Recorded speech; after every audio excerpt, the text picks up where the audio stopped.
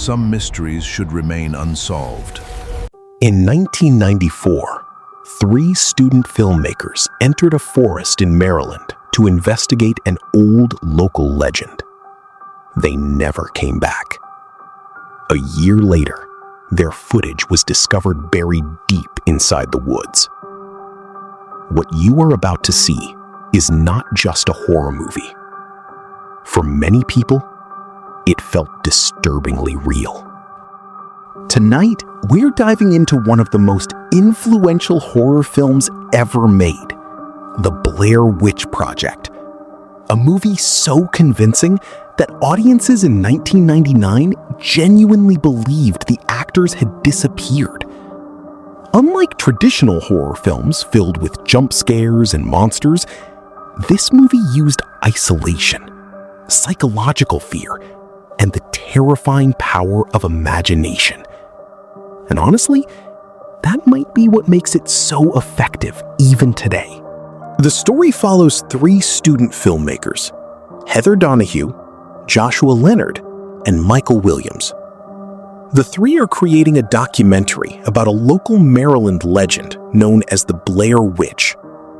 According to old stories, a mysterious entity haunted the woods near a town called Burkittsville. Children vanished there, people were murdered there, and strange symbols were supposedly found hanging from trees deep inside the forest.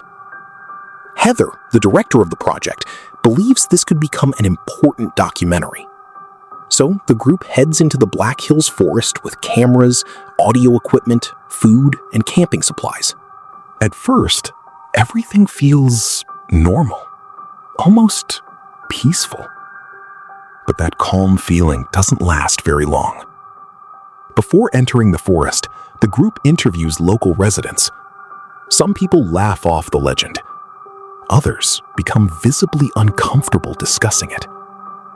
One woman tells them about a spirit covered in black fur. Another describes an invisible presence that terrorized children.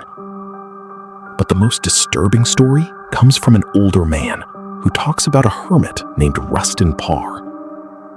Years earlier, Parr kidnapped and murdered 7 children inside his isolated cabin. And according to him, he was commanded to do it by the Blair Witch. One detail stands out. Parr claimed he had to make one child stand facing the corner while killing another because he couldn't bear to look at them both at the same time. At the time, the filmmakers think it's just another creepy local story. But later, that detail becomes horrifyingly important. The deeper the group travels into the woods, the stranger things begin to feel. They discover small piles of stones arranged in unnatural patterns. Heather insists on continuing, but Josh and Mike slowly become frustrated. The forest itself starts feeling wrong. Every direction looks identical. The trees stretch endlessly. And even during the day, there's a strange sense of emptiness surrounding them. Then, during the night, they hear sounds outside their tent. Branches snapping, children laughing, something moving in the darkness. But when they investigate, there's nothing there. No footprints, no animals, nothing. The next morning, they discover strange rock formations surrounding their campsite. Josh becomes angry. Mike believes someone is messing with them. Heather keeps filming. But tension inside the group grows rapidly. Soon after, they discover hanging stick figures tied together with twine dangling from trees. The sight is deeply disturbing, especially because nobody else should be that far inside the forest. At this point, panic slowly replaces curiosity. The documentary is no longer exciting.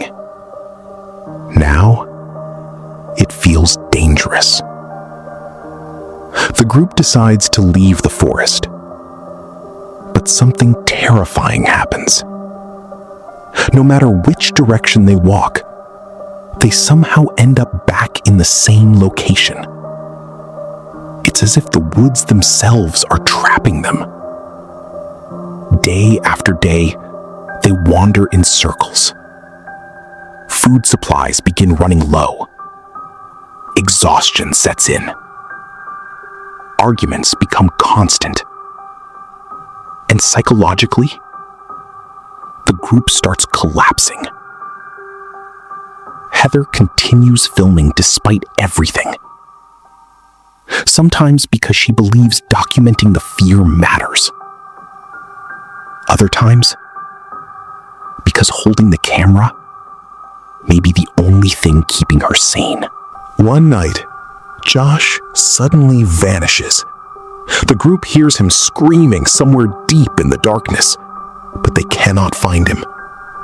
The screams continue for hours. Then finally, silence. The next morning, Josh is gone. Only his belongings remain. Heather and Mike desperately search the forest, calling his name repeatedly. But there's no answer. And whatever took him never reveals itself. That's one of the film's greatest strengths. You never truly see the Blair Witch. Your imagination creates the horror for you. And somehow, that makes it even worse. Days later, Heather discovers something outside the tent. A small bundle wrapped in cloth. Inside, she finds pieces of Josh's shirt, blood, and what appears to be human teeth. It's one of the most disturbing moments in the film, because now they realize Josh is almost certainly dead. And they may be next. Completely broken emotionally, Heather records a personal confession directly into the camera. This scene became one of the most iconic moments in horror history. She apologizes to Josh's family, to Mike's family, and admits that everything happening is her fault. Her face is covered in fear, exhaustion, and hopelessness. At this point, she no longer sounds like a filmmaker.